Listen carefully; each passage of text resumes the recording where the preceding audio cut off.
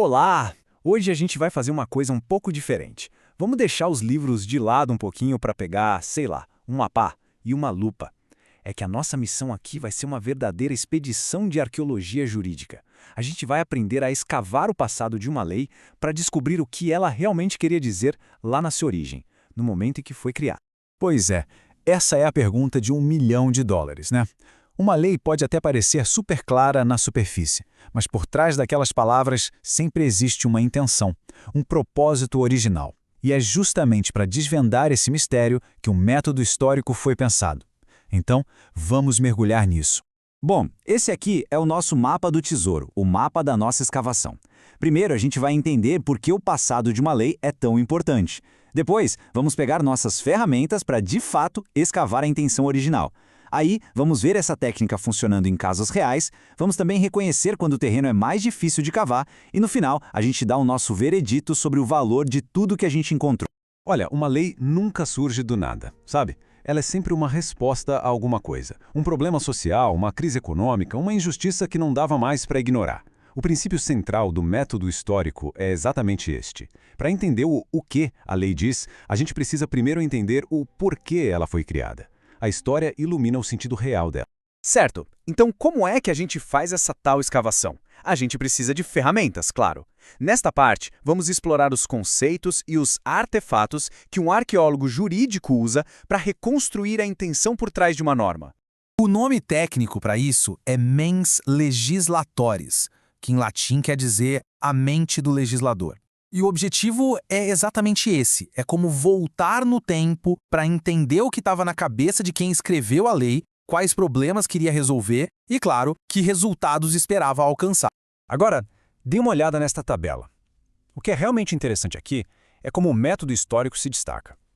Enquanto os outros métodos olham para o presente, para a estrutura da lei, para o sistema como um todo, o método histórico é o único que está com o olhar cravado no passado. A pergunta dele é única. O que o legislador realmente queria dizer com isso? E para encontrar essa resposta, a gente vai atrás de 5 tipos de artefatos. Pensem neles como pistas, sabe?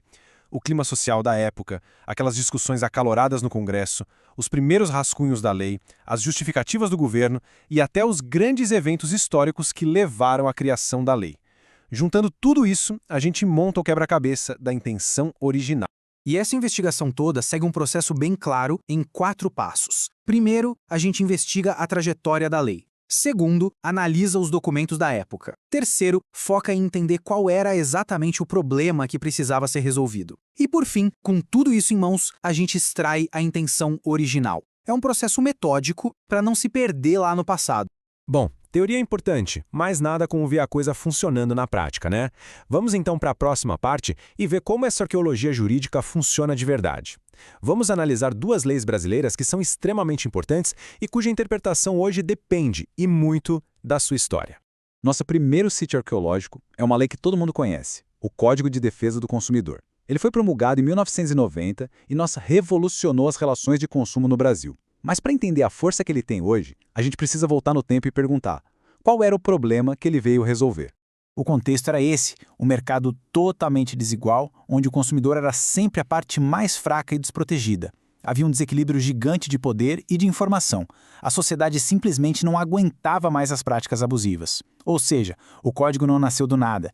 Ele foi uma resposta direta e muito necessária a essa injustiça social. E é aqui que a gente vê a arqueologia em ação. Saber dessa história muda completamente o jogo. Hoje, quando um juiz analisa um caso, ele não vê só palavras num papel. Ele vê a intenção original de reequilibrar a balança. É por isso que, em caso de dúvida, a interpretação quase sempre favorece o consumidor. A história não é só um detalhe, ela fundamenta a decisão. Agora o nosso segundo caso é ainda mais impactante. Vamos falar da Lei Maria da Penha, um verdadeiro marco na luta contra a violência doméstica no Brasil. A realidade antes de 2006 era sinceramente trágica. A violência contra a mulher era tratada como um problema de família e não como um crime sério. Agressores ficavam impunes e o sistema simplesmente falhava em proteger as vítimas. Essa lei foi o resultado de décadas de luta e de muita pressão, inclusive internacional, para que o Estado finalmente fizesse alguma coisa. Essa citação resume tudo. A intenção do legislador não era só criar uma punição, mas redefinir o problema por completo. Era tirar a violência doméstica da esfera privada. Daquele ditado, em briga de marido e mulher, ninguém mete a colher, e colocá-la onde ela pertence, como uma grave violação dos direitos humanos, que exige sim a intervenção do Estado. E o resultado prático disso é crucial.